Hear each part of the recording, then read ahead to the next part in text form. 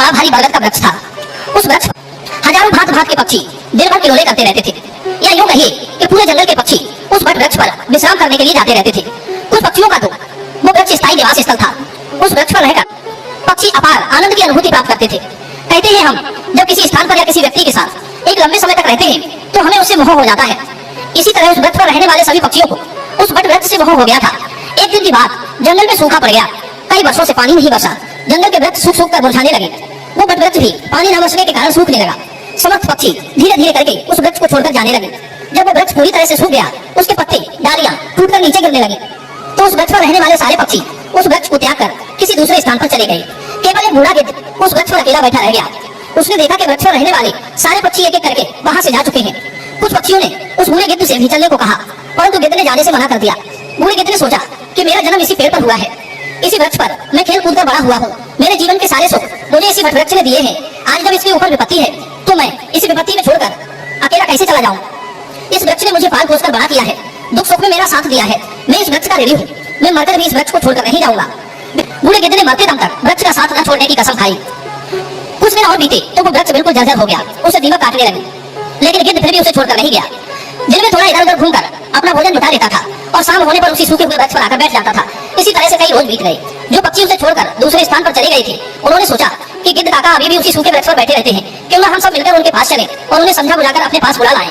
यही सोचकर कुछ पक्षी बूढ़े गिद्ध के पास गए और उन्हें अपने साथ चलने का आग्रह किया। कहने लगे, गिद्ध काका तुम कहाँ इस सूखे हुए वृक्ष पर बैठे रहते हो? इस वृक्ष का जीवन खत्म हो चुका है, मरे के साथ में मरना कहाँ की समझदारी है? कहते हैं वही जीव का श्रेष्ठ है जिसमें धर्म की हानि न हो, वही देश श्रेष्ठ है जहाँ कुटुंब का पालन हो सके।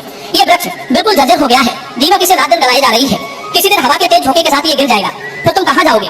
विद्वान लोग कहते हैं कि शत्रु, कर्जा, अग्नि, बीमारी, इन चारों को समय रहते दवा देनी चाहिए। जो इनसे अपना समाधान नहीं करता वो बेमौत मारा जाता है। ठीक इसी प्रकार तुम्हें भी इस वृक्ष को छोड़कर किसी खुशहाल स्थान पर अपना निवास बना लेना चाहिए। मित्रों, समस्त पक्षियों के समझाने पर भी बूढ़ा गिद्ध उस वृक्ष को छोड़ने के लिए तैयार नहीं हुआ। कहने लगा, भाइयों, ये वृक्ष मेरे माँ बाप के समान है। मेरे माता पिता मुझे जन्म देकर इसी वृक्ष पर मुझे छोड़कर चले गए थे। उनके जाने के बाद मैं इसी वृक्ष पर खेलकर बड़ा हुआ हूँ। जीवन के सारे सुख मैंने इसी वृक्ष पर पाए हैं। बचपन से लेकर बुढ़ापे तक का सफर मैंने इसी वृक्ष पर तय किया है। अब इस मुश्किल घड़ी में मैं इसका साथ छोड़कर कैसे चला जाऊँ? ये मेरी सबसे बड़ी खुदगर्जी। गिद्ध ने कहा, मैं अपनी मृत्यु तक इसी वृक्ष पर रहूंगा, आप लोग जाइए यहाँ से। गिद्ध की बात सुनकर सारे पक्षी निराश हो जाते हैं, वे लौटकर वापस चले जाते हैं। कुछ तो कहने लगे, भैया इस बूढ़े गिद्ध के साथ साथ इसकी बुद्धि भी सटिया गई है, इसलिए उसे हमारा समझाना अच्छा नहीं लगता। अगले दिन कुछ पक्षी उसे फिर समझाने के लिए आए, लेकिन गिद्ध ने जाने से फिर मना कर दिया। इस बार सारे पक्षी लौटकर अपने घर नहीं गए, वे सीधे इंद्र के पास पहुंचे और उन्हें सारी बात बताई कि हे भगवान, हम जिस वन में रहते हैं वहाँ कई वर्षों से पानी नहीं बरसा है, पूरा जंगल पानी से शून्य है, पेड़ पौधे सब सूख चुके हैं, जंगल के सभी जीव जंतु जंगल छोड़कर दूसरे स्थान पर चले गए हैं। पर दुख की बात यह है कि जिस पर्वत पर हम लोग रहते थे उसी पर्वत पर एक बूढ़ा गिद्ध भी रहता था, एक बूढ़ा गिद्ध भी रहता है, उसी पर्वत पर एक बूढ़ा गिद्ध भी रहता है। हम लोग तो चले आए, पर वो गिद्ध उस पर्वत को छोड़कर कहीं नहीं जाना चाहता। वृक्ष सूख कर जर्जर हो चुका है, वो कभी भी गिर सकता है। हम लोग उन्हें समझाने गए थे, पर वो फिर भी उस वृक्ष को छोड़ने के लिए तैयार नहीं हुए। वो कह रहे थे कि मरते दम तक मैं इस वृक्ष का साथ नहीं छोड़ूंगा। इसीलिए हे भगवान, आप स्वयं चलकर उन्हें समझा दीजिए, शायद वो आपका कहना मान जाए। दर्शक बंधु, पक्षियों के निवेदन को इंद्र ने स्वीकार कर लिया और इंद्रदेव उन पक्षियों के साथ उस वन में जाकर उस बूढ़े गिद्ध को समझाने लगते हैं। हे गिद्धराज, मैं देवराज इंद्र तुम्हें समझाने आया हूँ। ये वृक्ष बहुत ही जर्जर स्थिति में पहुंच गया है, इसकी डालियां सूख कर गल चुकी है, इस पर छाया के लिए एक भी सूखा पत्ता नहीं बचा है और आप भी बहुत बूढ़े हो चुके हो। किसी दिन ये वृक्ष गिर गया तो आपकी मृत्यु हो सकती है, इसलिए इस वृक्ष को छोड़कर किसी सुरक्षित स्थान पर चले जाइए। दर्शक बंधु, इंद्र की बात सुनकर बूढ़ा गिद्ध कहने लगा, हे भगवान, एक बात बताओ, जब मेरा जन्म हुआ था तो मेरे माता पिता मुझे इसी वृक्ष पर छोड़कर स्वर्ग सिधार गए थे। मैं जब असहाय था तो मुझे इसी वृक्ष ने पाल पोसकर बड़ा किया।